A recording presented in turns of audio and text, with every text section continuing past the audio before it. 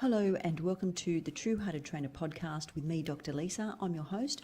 I'm a veterinarian and I'm also a Delta accredited professional dog trainer. Welcome to episode 9, Don't Believe the Hype, How to Choose a Reputable Dog Trainer. Now, the thought for the podcast that I'd like to welcome you with today is the word hype and its association with the dog training industry. So why is this important? And just recapping episode 1, we talked about the dog training industry, the talk versus the truth.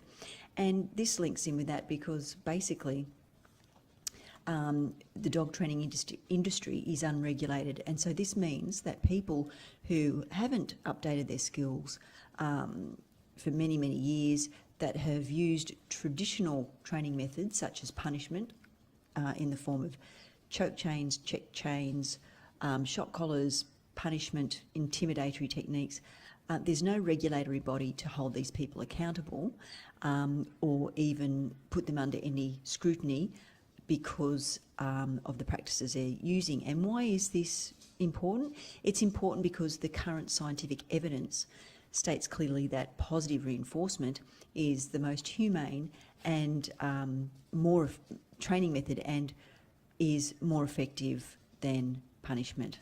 So the evidence is supporting positive reinforcement rather than those outdated methods that are still being used. All right, so getting on to explaining what the word hype means and why I thought it was appropriate for describing the dog training industry when we have, when we're inundated on social media with trainers that sort of purport to be able to have an amazing array of skills that can solve problems and fix problems, behaviour problems when it comes to our dogs. So the word hype is a noun and it means extravagant or intensive publicity or promotion. And synonyms for this word is publicity, advertising, promotion, marketing, puff, puffery, propaganda, exposure. It's also a verb to promote or publicise a product or idea intensively, often exaggerating its benefits. An industry quick to hype its products is a good phrase to put that into context. And synonyms for that is to publicise, advertise, promote, push, boost, merchandise, give publicity to, give a puff to, build up, talk up, or informally we might say plug. All right, so this episode is going to talk about how to choose a reputable trainer. And in my experience, based on the current scientific knowledge and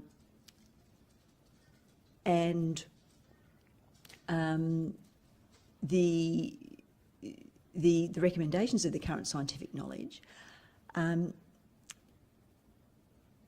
choosing a trainer that is a positive reinforcement trainer, in my opinion, is the first thing that you should be looking for in order to choose a reputable dog trainer. All right, so now let's think about social media advertising.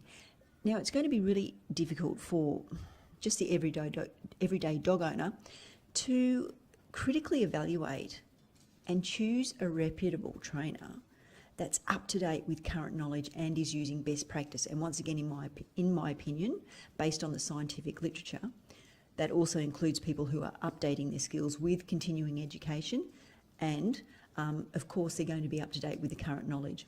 All right, so let's say you've seen something on social media, and the advertisement reads something like world-acclaimed dog trainer or dog expert who can fix your dog's behaviour problems. And they might mention things like jumping behaviour or even loose leash walking and things like that. Dogs might be pulling on leash, they can fix that problem. And possibly something like performing a stay when there's lots of noise or other distractions happening.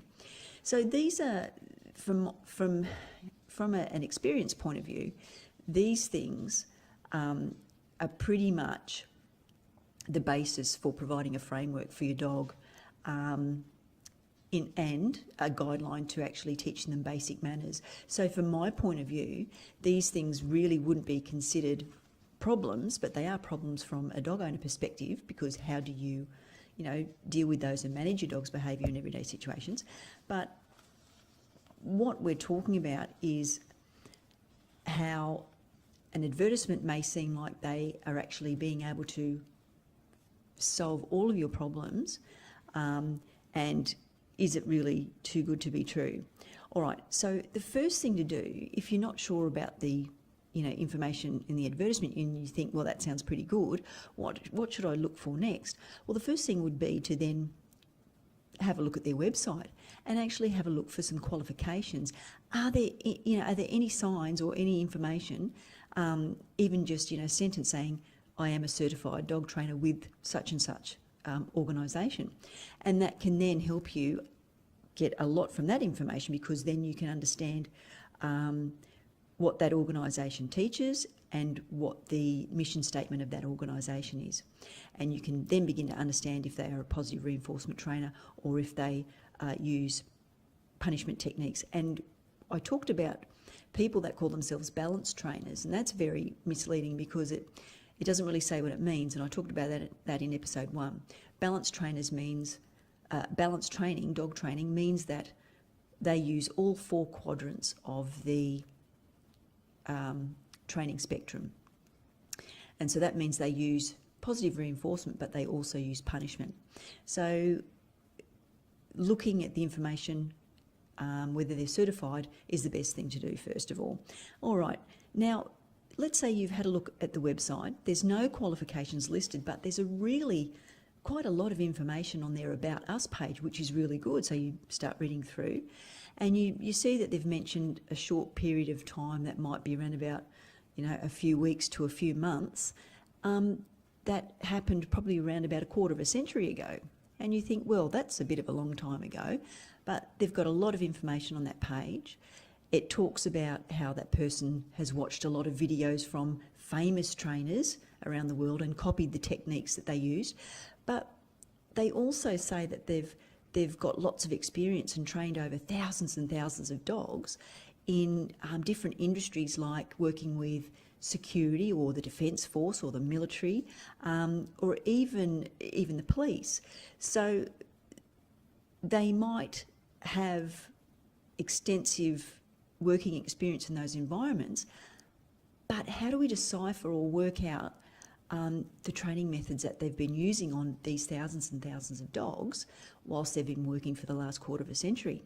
And more importantly, have they updated their skills so they know what's going on with the scientific literature and what is the most humane and recommended training techniques that we should be adopting in the 21st century? So how do we evaluate the information on their website? So it does look like they've got a lot of experience. There's lots of really nice photos, and everybody would have, every dog owner would have, every dog trainer would have lots of pictures, a number of pictures on their website, and they're usually staged, or they could be just, photographs, group photos and things like that.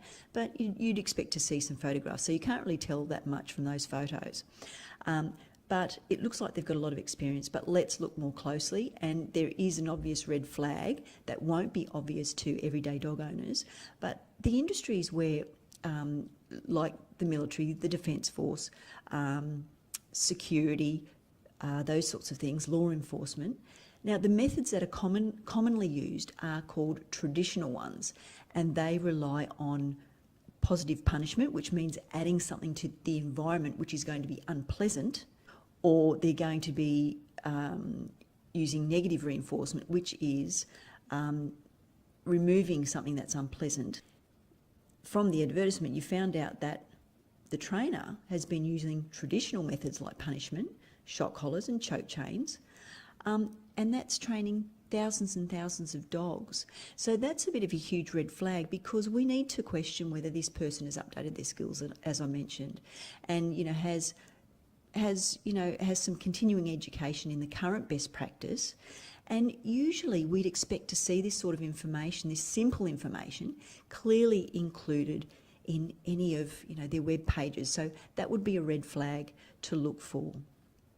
Now, I would probably put this into context by saying, if we wanted to if we needed to have surgery for some reason, whether that be on ourselves or our dog, now which surgeon would you be choosing? Would you be choosing the person that is actually using the most current and up-to-date best practice based on the science and the evidence that is going to give you the best possible outcome for your recovery or your success in that situation? Or would you be choosing the person who has not updated their surgical skills and knowledge in that same field? And it's the same for medicine, and it's also the same for behaviour, because all of these fields are associated with science and evidence.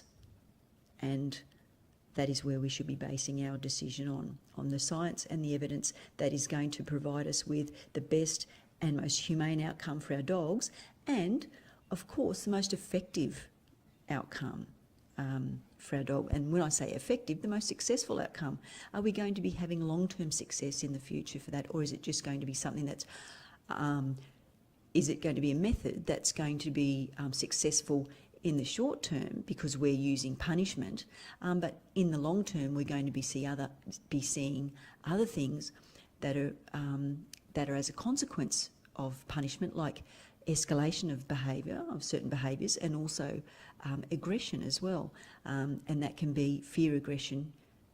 And if you're punishing an animal, then of course they're going to be rather fearful. And the punishment that you use has to be, if you're using punishment, then basically if you have to, for a start, you have to understand that every animal is different and unique, and every dog is different. And, you know, if a dog isn't responding to a shock collar, then what are you going to do? Are you going to turn it all the way up to 11 to get a response from the dog? And this is where using punishment techniques ultimately leads to abuse. So, and that is a welfare issue, in my opinion. And all of the information I'm talking about today is my opinion, and my professional and my personal opinion based on my experience as a veterinarian and a professional dog trainer, in line with the current evidence and the scientific evidence that we know.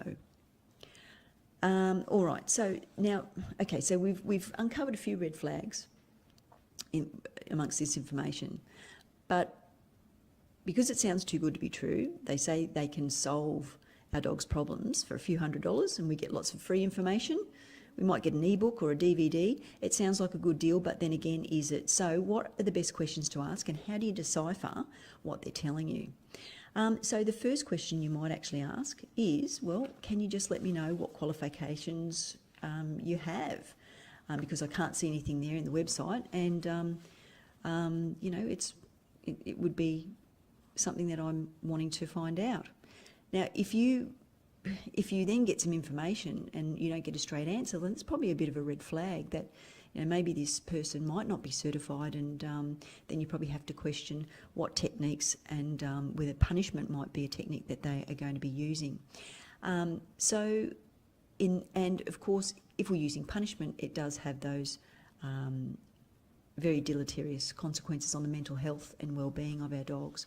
So I would be really concerned at this stage if I wasn't getting an answer in a direct manner.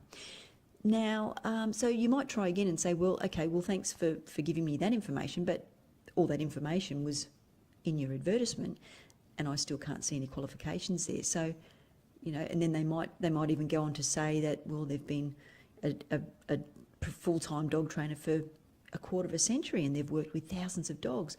But still, this is a bit concerning because you haven't gleaned any information about their certifications.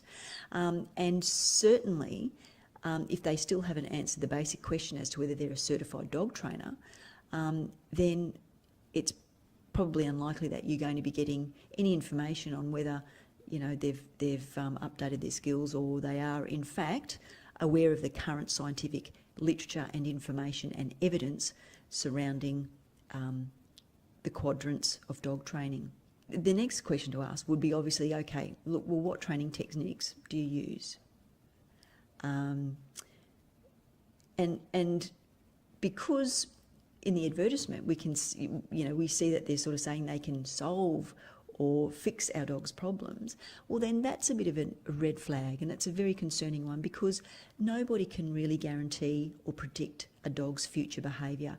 And if punishment is used, then of course we're risking aggression and escalation of the behaviour and the effects on the mental health and well-being. And that's obvious because the body language that our dog is going to be showing us in those situations where we're using punishment is going to be demonstrating fear, stress and anxiety. So that's a red flag as well. So I would also ask, how would you know whether you could fix something if you haven't actually seen the individual situation and also put the behaviour into context? So talking about, whether we're looking at basic manners where we are in this, which is a very, very simple thing to be able to do, and you should be able to, they're basic dog training, basic manner skills that, positive reinforcement is going to, you would certainly expect anybody to be able to do that with positive reinforcement. If people, if trainers are resorting to punishment techniques, then we have to ask ourselves, are you really up to date with the current scientific knowledge and evidence that is clearly available? All right, so the next thing is, of course, asking them what methods do they use.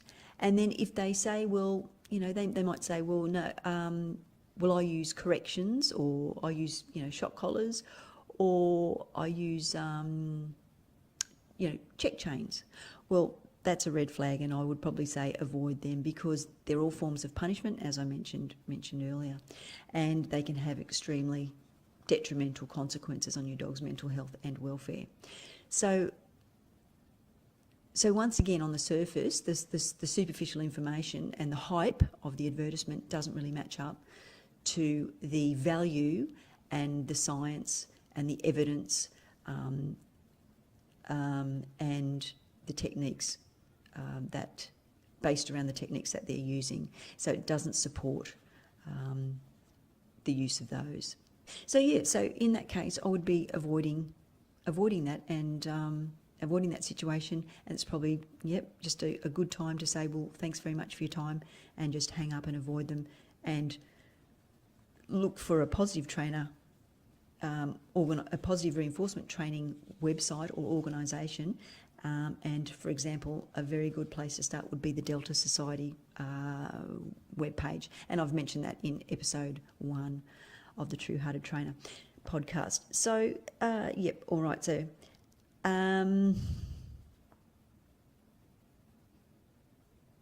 so I would say, with respect to, if you're talking to somebody and they say, well, and you can ask them, well, do you use punishment techniques? Look, if they're not upfront about it, they're not stating upfront that they use punishment, and they're hiding that term within ambiguous terms like corrections or e-collars and choke chains, well, that is hidden language for, punishment and aversive methods are the techniques that they use. And when we consider that, look, in the ad, in this ad that we were talking about, thousands and thousands of dogs are being subjected to cruelty and punishment in this way. And it's so important that we talk about this, because the industry isn't regulated. There's no regulatory body to put these people under scrutiny and hold them accountable for their actions in this manner. So I think it's very misleading for somebody not to say that not to say up front that they use punishment and aversive methods when they're training dogs. So I want to move on to a few journal articles. And the first one is a review of a canine review, and it's called The Effects of Using Aversive Training Methods in Dogs. Now, just to talk about the evidence, now this was in the Journal of Veterinary Behaviour 2017, so very reasonably recent. Now, the results of their review show that using aversive training methods, positive punishment and negative reinforcement, as I mentioned, can jeopardise both the physical and mental health of dogs. In addition, although positive punishment can be effective, there is no evidence that it is more effective than positive reinforcement-based training. There is, in fact, some evidence that the opposite is true. And in conclusion, those working with or handling dogs should rely on positive reinforcement methods and avoid using positive punishment and negative reinforcement as much as possible. So that's pretty clear. And I do want to point out that some of the articles that they reviewed in this review, there's one disturbing article, and it was, there's a number of articles here we go. There's the number of articles, and it talks about training exercises with adult police dogs using e-collars and pinch collars, and there were clear changes in the body posture, and these dogs were demonstrating anxiety and fear and distress. And also there's one very startling case study that they reviewed. It was a case study of severe brain damage after punitive technique with a choke collar. Now, this 1-year-old intact male German Shepherd was suspended a few feet in the air by a choke collar for approximately 60 seconds. Now, this was reported in 2013, this case study, and unfortunately this dog panicked, as you would do, and lost consciousness. And after a few hours, the dog became ataxic, uncoordinated, and unable to walk in a usual, neurologically normal way. And this was on all 4 limbs, and this dog was circling to the left. So there's severe neurological symptoms happening. Unfortunately, the owner chose to euthanise. Well, unfortunately, this dog was euthanised because the owner chose to euthanise the dog. But in this case, the owner was actually the person who was suspending the dog a few feet in the air and choking the dog on a choke collar or a check chain. So they don't check, they choke. And she was reprimanding the dog in a training session because the dog was seen to be misbehaving. So this is what I'm talking about. When punishment techniques are used, it opens the floodgates to abuse of our dogs, and that's we're then talking cruelty and welfare. In my humble opinion, when we're looking at legislation like the Animal Care and Protection Act of Queensland, using punishment techniques where we're deliberately worrying, causing an animal to be anxious or in distress, we're breaching that legislation. And this is why it's so important that we talk about these things, because the dog training industry is unregulated. I have to keep repeating that because, whilst it is unregulated, we will continue to have these very serious issues happening to dogs across the world in everyday situations. So the next article is the welfare consequences and efficacy of training pet dogs with remote electronic training collars in comparison to reward-based training. Now, this is a 2013 article, and this was in the open access website. All of these articles will be in the links will be in the description, and they found that there was no consistent benefit to be gained from e-collar training, but greater welfare concerns compared with positive reward-based training. And some of the behaviours that these dogs were displaying were, clear signs of stress and anxiety, and tail held between the legs for 20% of the time following exposure to the shocks. And also they were tense for half of the time, and they actually only spent a small fraction of the time engaged in investigatory behaviour. And investigatory behaviour is just sniffing the ground and having a bit of a sniff around and a bit of a look and an interest in the environment. And so when you couple these signs with the body language clues of signs, body language clues of stress, anxiety and fear, such as yawning and also paw lifts after they were shocked, and lip licking and body shaking, all of these clues are putting together a big picture that, this is affecting the mental health and welfare of these dogs. So that was one study. And as I say, look, I'm just going to gloss over these, but they're also, the links are in the description for you. And there was another interesting article that talked about, from 2011, that talked about the training methods and owner-dog interactions, links with dog behaviour and learning ability. And there was a really interesting conclusion that they made here, that despite having a relatively small sample of dogs, similar to the past research, all significant relationships seen support the benefits of reward-based training methods. That's positive reinforcement.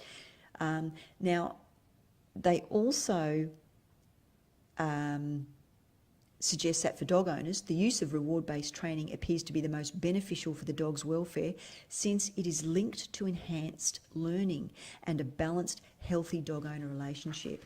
So that's imperative, because if we consider that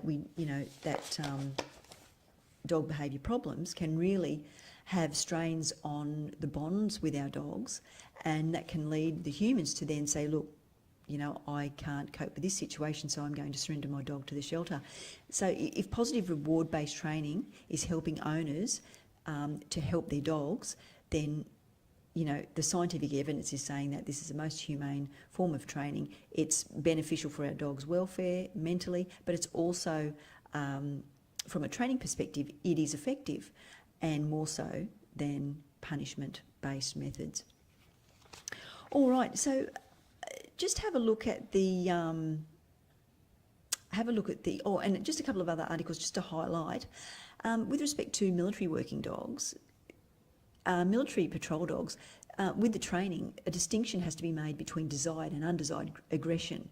And, because if the dog's living with the handler, then of course we can't have a dog that's a military patrol dog being aggressive towards family members. So this is the fine line, and the very significant line that trainers that use punishment are walking when they're actually punishing, using punishment on dogs that are living in everyday situations with their owners. So these dogs, we've got to understand that as we compared with the advertisement that we were talking about, that person had actually worked in the military and law enforcement. So that person is actually specifically trying to teach dogs to be aggressive in a specific way. So, and using punishment or traditional methods, that's punishment-based techniques. So, I mean, is that the way we want to treat dogs in everyday situations? And when we consider dogs that, are living in households with young children, with families, I mean, we see the benefits of positive reinforcement straight away, removing the danger of that sort of happening in a training context.